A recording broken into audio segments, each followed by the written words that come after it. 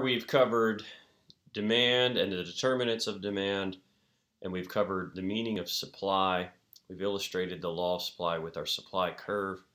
What's left to do then must be two parts: to list the determinants of supply and explain those, and then at last, hopefully, to put together supply and demand. So let's do that. Our determinants of supply are listed here next to our supply curve. The first of these is input prices. Now, our CDs that I've been using as an example are used CDs that we could supply to the market where we could be sellers of this. You might say, well, there are no inputs there. I didn't make that. Very often in the textbooks, they're referring to like manufacturing or the selling prices. But we do very much have input prices to our potential sales of our used CDs or our used junk, if it's not CDs that you have somewhere that you don't really want to admit that you've purchased and that you still have it sitting around and you wish you never bought that. I know everyone has something like that. One thing that's keeping us from selling it is that we can't get much for it. But holding that constant, something else is keeping us from selling it, and that is our input prices, because for us to sell our used stuff, our input price is really our opportunity cost of what we could be doing instead of selling our used junk. So in my example, I have several hundred used CDs sitting in a drawer. I can't get much for them. The price that I can get is low. But you know what? If I lost my job, I've got a pretty good job, but if I lost my job, what would that mean for my opportunity cost of sitting down and going through all of those CDs and making the decision of which ones I want to sell and which ones I want to hold on to?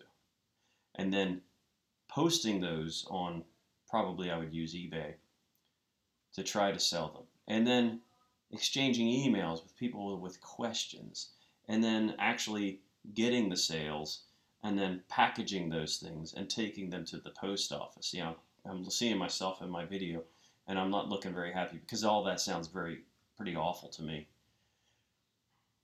But it takes time, and I could be doing this with my time, and it pays a lot more to do this than it would to get those low prices. So it's not just the low prices that are keeping me from doing it. It's my opportunity cost, which is an input price to selling used stuff. If I lose my job, that input cost goes away completely. That opportunity cost goes away completely. So my input prices go down. So even at the cheap prices, I or people like me might start participating in this market. So even at the cheap prices, the quantity that people would be willing and able to sell would increase. And certainly, whatever hypothetical amount would be supplied at high prices, that would increase too, if the opportunity costs were reduced or the input prices would go down. So what I'm saying is that at both low prices or cheap prices and at expensive prices, the supply to the market would rise if input prices fell. And now what I've drawn in here is an increase in supply. This is because if input prices fall, that leads to an increase in supply. Now at a glance, some people are looking at it going, that's not an increase in supply. Yes, it is. It's an increase in supply because this quantity supply has moved out there. And this quantity supply has moved out there. Now, some others of you are looking at this and going, saying to yourself, why is he explaining that? You just said it that way. Of course, it's an increase in supply. And here's why I'm making such a big deal out of this, because I've graded plenty of papers and I know what happens. A lot of times, people will think of this as a decrease in supply. Okay, let me take my errors off there so it's not as clear. Let me show you the Jedi mind trick that people fall for all the time. Don't fall for this. A lot of times, people will think this is a decrease in supply because suppose instead of drawing it the way I had, nice and clear to try to make it make sense first time around, suppose I had drawn this same line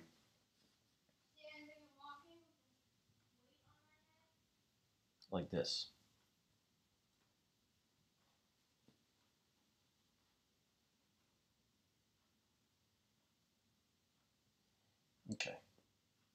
Is that a different line?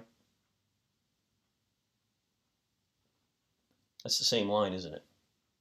I mean, the heart of the line I kept right there. I didn't erase that part. I only erased the ends, right? Tried to straighten it up a little bit. So that's the same line. But do you see why sometimes people think that's a decrease in supply? It's the same line. I drew it as an increase in supply. I think I explained it as an increase in supply. And yet, if I just draw it slightly differently, the same exact thing, because a line theoretically goes on and on, right? If I draw the same thing, just drawing the same thing slightly differently, suddenly it looks like a decrease in supply. And so when you read about events and you apply these things over here, sometimes students will get things wrong because they draw an increase in supply when they mean to draw a decrease in supply, and a decrease in supply looks like this, always. It's a left shift. So a decrease in supply should be drawn to the left of the original supply curve. That blue line is a decrease in supply, and I drew it deliberately to look like the Jedi mind trick. That blue line is a decrease in supply because this quantity right here, this quantity supplied, has shifted to there. And this quantity supplied has shifted somewhere to 0. So the blue line is a cooling of the market, hence the blue. That's a decrease in supply, even if it looks like an increase in supply. It moved left. The quantity supplied at each price has come down, so the blue line is a decrease in supply, and the red line is an increase in supply, even though it looks like a decrease. So let me help clarify with a little erasing and a little creative artwork here.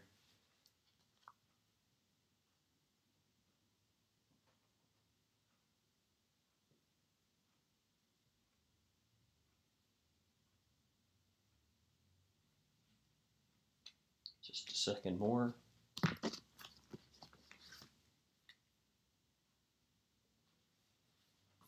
Now hopefully it's clear again. The blue line is a decrease in supply. It moved left.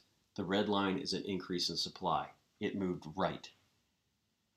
It's a real shame when students are doing work and they know everything, and then they draw a supply curve shifting the wrong way because they fell for that Jedi mind trick and thought of it as a vertical shift when it's not a vertical shift. It's a horizontal shift, this way or that way. Don't fall for it.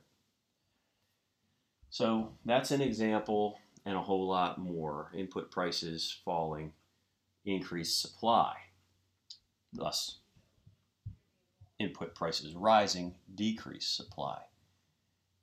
The more I make it my day job, the less likely I am to mess with selling used CDs, because the value of my time is my input price to selling used stuff. The more valuable my time, the less likely I am to do it, the less likely other people are to do it if they're in that boat, and that decreases the supply of the used CDs.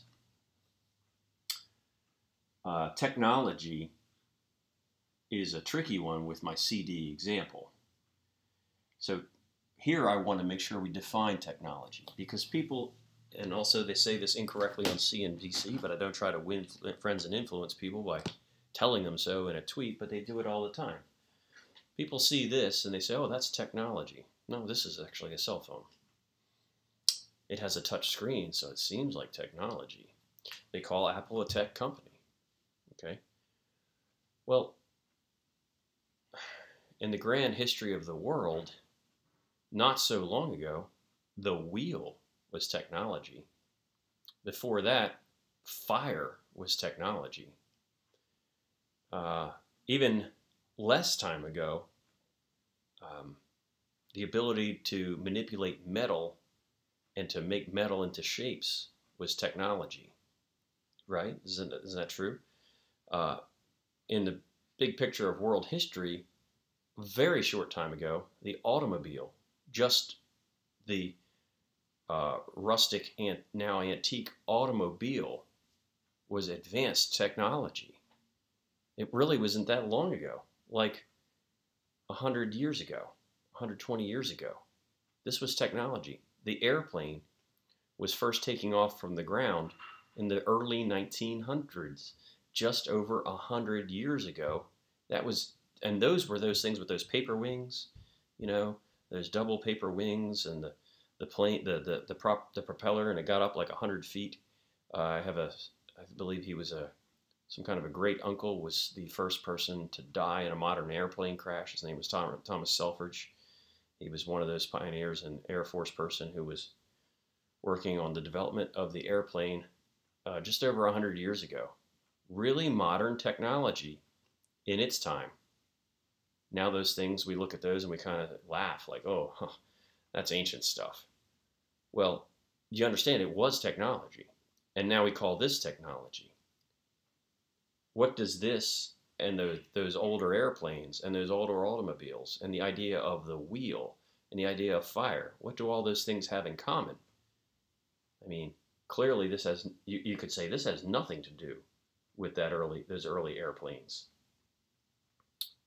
But there is a common thread there. See, technology, the term, is related to innovation. Technology is not the gadget that does something neat, because what's neat today will be, obsolete or well understood tomorrow. So for something to be technology, that thing has to be the knowledge of how to do something. Some point in human history, before recorded human history, fire, the knowledge of how to make fire was a new innovation.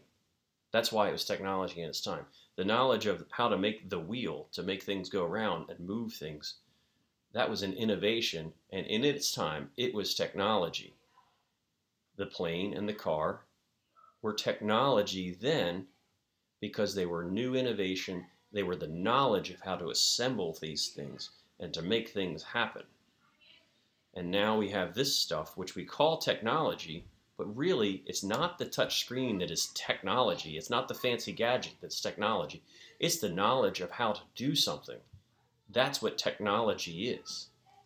And so technology as a determinant of supply tends to only go one way, that I know of anyway, because if we lost the knowledge of how to do something, how would I know that? It would be like the Terminator. Something would have to change so that we would lose the knowledge of how to do it.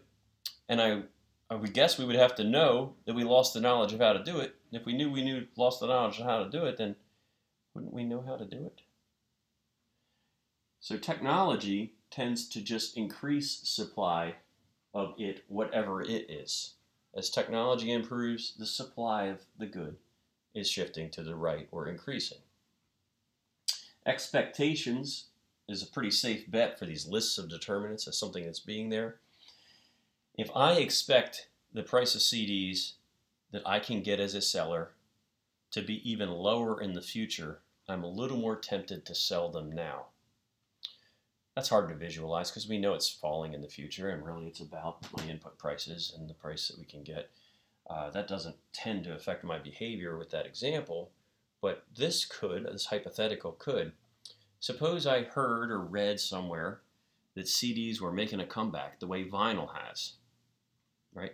In my polling of students, as I've been making these videos, I've been on discussion boards, and I've been asking, how many CDs might you buy? 2 or 3 students have replied and talked about buying vinyl.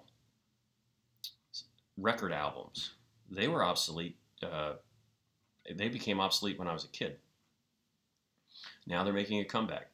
Suppose I learned that CDs were making a comeback like vinyl. Well, the people who are selling their CDs now, if this becomes news or an expectation of the future that demand is going up for them in 2021 or 2022, wouldn't that decrease the quantities that people would be willing to sell now at all prices in the expectation of being able to receive a greater price in the future? That could decrease supply now.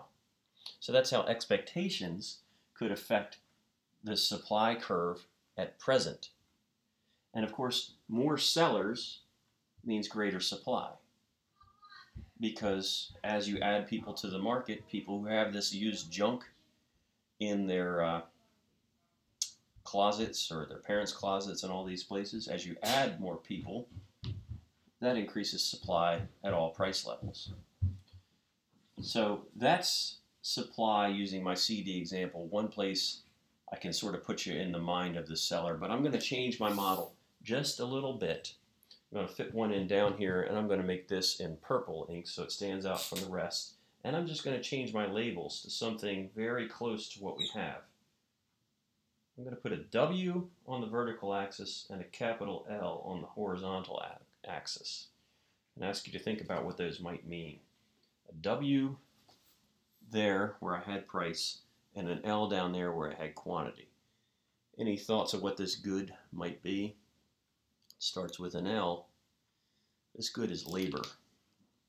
This could be the labor market, and you and I are the sellers of labor. In fact, that's what I'm endeavoring to do on these videos right now, is to sell my labor. And the price of labor is called the wage. And correct me if I'm wrong, for most of you watching this, most humans, at low wages, we the sellers are willing to sell not as many hours as we are tempted to do at higher wages. So we are part of the sellers of labor. And we tend to have an upward sloping supply curve because the law of supply is a pretty good one. There have been some fields that economists, researchers have found to have what they call a backward bending supply curve, whereas the wages go up, people are willing to supply less labor, and that violates the law of supply. So there have been exceptions to that law, but generally, the more we're paid, the more we're willing to work, and we are the suppliers of labor. So as you're reading through supply, try to put yourself in those two positions, and I think things become clearer. So in the next video, we're going to put these two together.